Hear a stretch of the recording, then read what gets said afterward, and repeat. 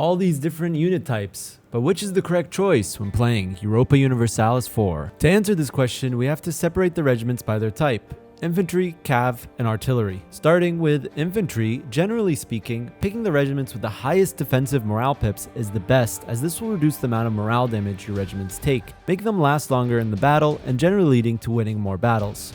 However, there are cases where choosing other options are better. When having a lot of infantry combat ability, choosing infantry with more offensive and shock and fire pips can be better, as this will ensure you maximize your damage in battles. It's important to note that combat ability modifiers only impact the regiment's offensive capability and not their defensive capabilities. You should also know that in the early game, shock damage is more impactful to infantry, as infantry have more shock damage modifiers early as you progress further in the game.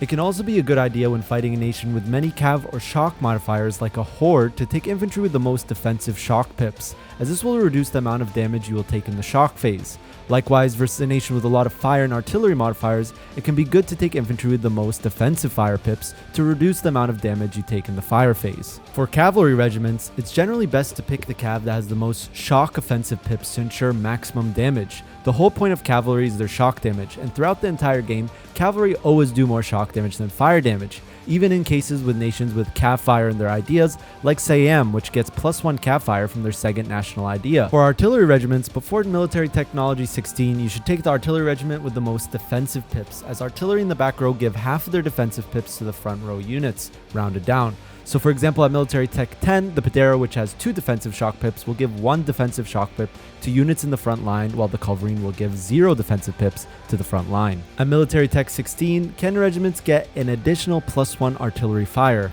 making cannons a powerhouse regiment on their own, and maximizing this damage by taking cannons with the higher offensive fire pips can yield great results in battle. However, the cannons with more defensive pips can still be good, as it will reduce the damage you take in battles, and it becomes a discussion on whether you want to do more damage or take less damage in battles. But if you have artillery and fire damage modifiers, you should probably always take the highest offensive fire pip cannon as your regiment of choice to really pack a punch in those fire phases. Now you know which units to select in your EU4 games. Subscribe for more.